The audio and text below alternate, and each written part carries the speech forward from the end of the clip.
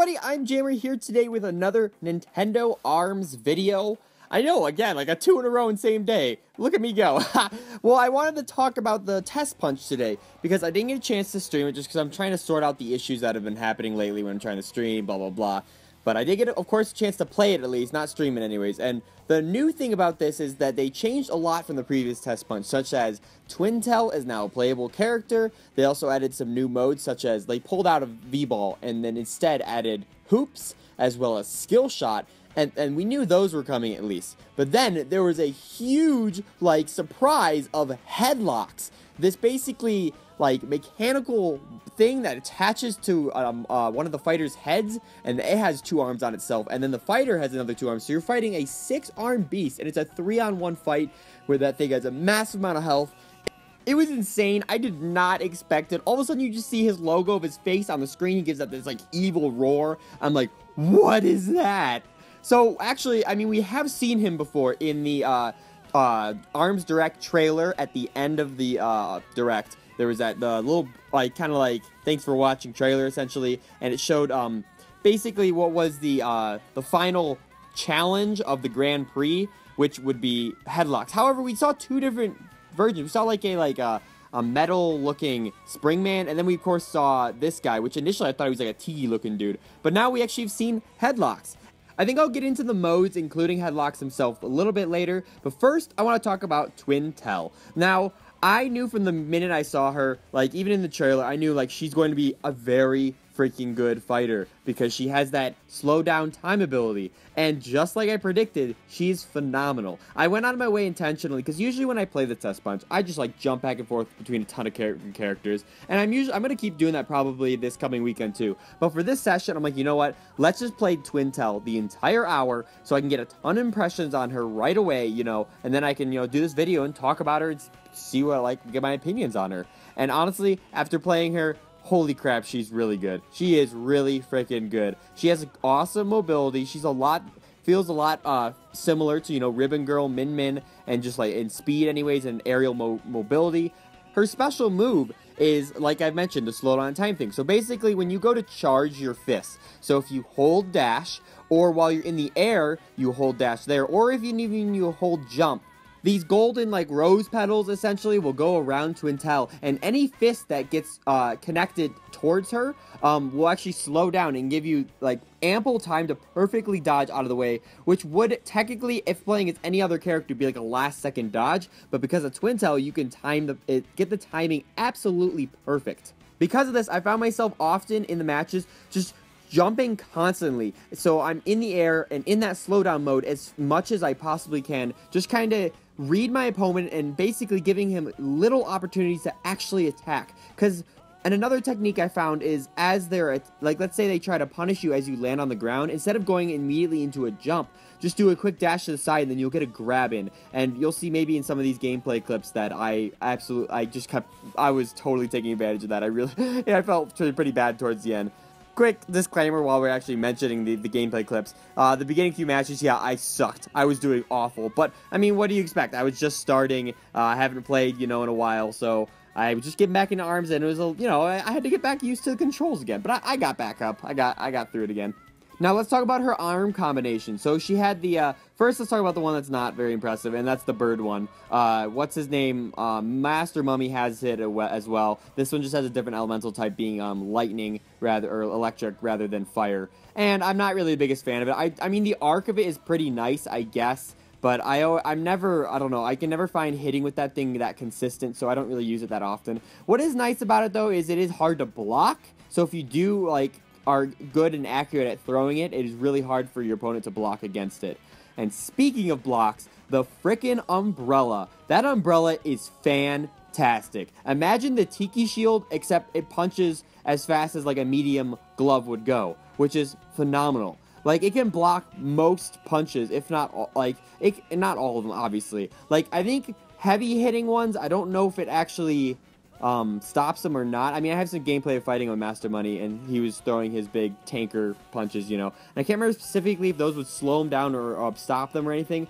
But what's fantastic about it is how big it is. So, first of all, it's kind of hard to miss because you have such a huge arm, you know. It's kind of like the buff, but like permanently buffed, you know, which is insanely good.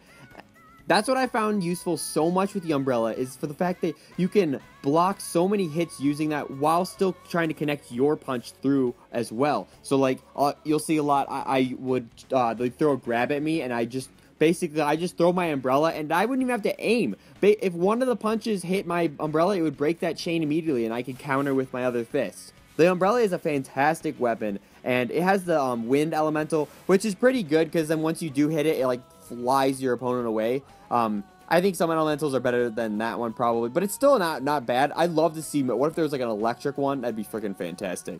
Granted, it'd probably be slower and then easier to be countered. So I think the wind elemental works because I think that keeps the speed of the arm. It doesn't significantly decrease it as much as another elemental type might. I'm not entirely sure. This is conjecture here. But anyways, her third fist, and the first one on the list, I kind of went reverse order here, is the Ice Punch, or the Chilla. Basically, kind of like the, what's his name? Springman's Toasty, and Ribbon Girl's little Electric Punch. It's basically the ice variant of that. And ice is a really good elemental. We only really got to play with it. Well, what other weapon has it? I think Ice Dragon's the only one with Helix. And I mean, that one's kind of hard to hit with sometimes. I mean, you got to be smart when playing with it, obviously.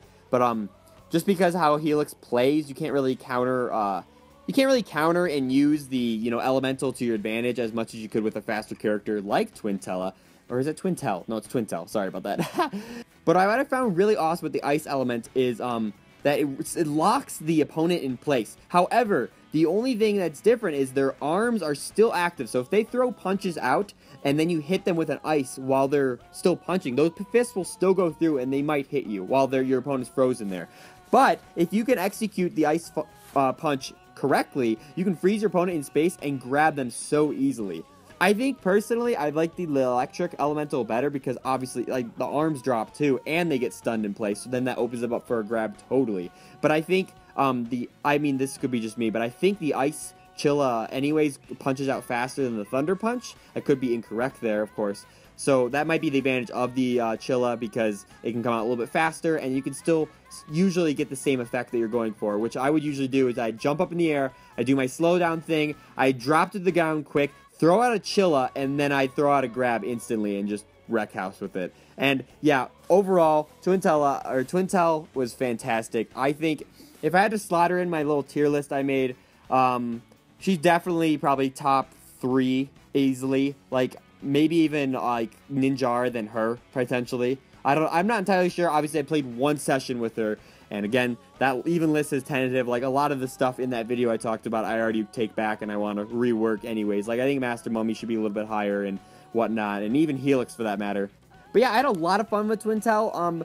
I'm not going to choose a main just yet. Like, I really do like Ribbon Girl. She's been one of my favorites. I mean, I've liked all the people who I put at the top of the list. But I mean, I like playing as Helix sometimes too. He's a lot of fun. So I don't really want to lock myself to a main just yet. Just because I really want to experiment around and like try out different characters and different outputs or outsets of weapons and our gloves and just see which ones like really resonate with me. As well as I kind of want to reserve myself for Bite and Bark, because I don't know, the idea of, having a pet is freaking phenomenal. Granted, he is a lot slower from what I've heard from the other fighters, which is obviously going to be a big disadvantage there, but he has a third arm, which all the other fighters do not have, so it might be a matter of balancing that. And will that appeal to my type of gameplay? I'm not entirely sure, but potentially. So I kind of want to hold off until I play the other characters and see what they're like, and I don't know, I just like mixing it up and changing it up and just changing my gameplay tactics. So let's move on to the modes that they introduced here. Let's talk about the Hedlok. Oh my gosh, that was such a freaking awesome surprise that was going to be a mode in this Testpunch. No, I did not expect that to be a thing. I mean, we obviously, like I said, we know it was a thing because we saw it in that direct trailer. But I didn't think that was going to be a multiplayer mode. That threw me off so much. That was freaking insane. And like, I've even heard from reviewers and stuff that would have answered questions and stuff. They said that the only modes are the ones we know about. And apparently maybe they didn't even know about this one at all. Maybe this has been held back in the Testpunch. I could be, again, wrong there. But wow, like, what a cool mode. I did not expect it in the slightest. And I thought it was a lot of fun because it was very cooperative. You want to get your team working together, using your elemental punches effectively, your grabs. Like, for example, if Hedlok gets his special, you want to maybe counter that and try to get him out of that animation as quick as possible so your other teammates don't get, destroyed. And it also spawns in at a different level, because I noticed like it'd be a level 3, level 5, or level 4, and like my first encounter with him anyways, I was like, that was a lot of fun, but he wasn't like too hard. I'm like, let's try out challenging one next time. Next fight I had him, I think he was level 5, and he took out my teammates so quick, it was insane. I mean, after a few rounds of doing that mode, I feel like I got a little bit better at it, and so did probably other players as well. But what kept happening, actually, maybe we wouldn't get to defeat it, but we get him down to a sliver of health, and we just couldn't finish it off in time. Which, like, you're fighting the clock as well as trying to fight for your life at the same time. So you can't just keep lollygagging and, like, not really throwing punches. You want to throw as many as you can, but also play it safe and still be aware that you have a time limit. So I think this is a really fun mode. It really, like, mixed up the gameplay. And overall, having more selections of different modes to play in really enhanced the multiplayer experience. And I did notice, actually, this entire test punch, I didn't play a single 3-player match. And I know that's been the controversial topic of this game so far.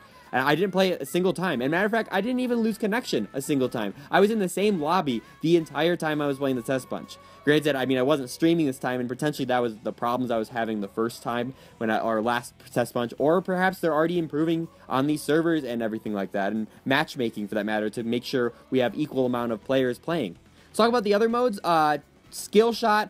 This is the one I don't know, it was okay. What ended up happening a lot is, like, if the other team got, like, an advantage really quick in the match, like, it was really hard to make a comeback. Yeah, sure, you could like hit your opponents and like kind of render them a little bit useless and like try to steal points from them and stuff like that.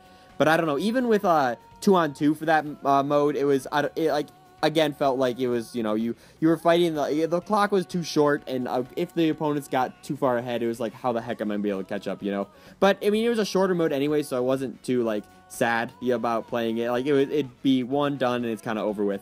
Then the other one that was supposedly replacing V-Ball for this mode was the hoops, and that was where basically it's all about grabbing and try to throw your opponent into the net. And the first few matches was a little weird for me. It was just like, random grabs and like trying to counter their grab with one of my grabs, blah blah blah. But then towards the end of the test punch, I started running into players where literally they would like not throw any grabs at all until they waited for the perfect opportunity to throw a grab, and then they just play defense. They literally just dodge and not throw any more grabs. They just like stay back and stay away, and I couldn't get in and try to get one more grab. And so they'd win with like 1 or 2 points. And like, because of the nature of that round or that mode, the time limit is as short as it is. I mean, that's very similar to how V-Ball is, and how I personally feel there, that it's too short. And I didn't actually experience any hoops 2-on-2. I don't even know if that's a thing or not. That'd be actually really cool if it was a thing. But I mean, I guess maybe they can't do it because of the tether mechanic. They could do it. But anyways, regardless, my thoughts are kind of equal with volleyball. It's a nice thing to change of pace, to mix up from the regular fighting and everything like that.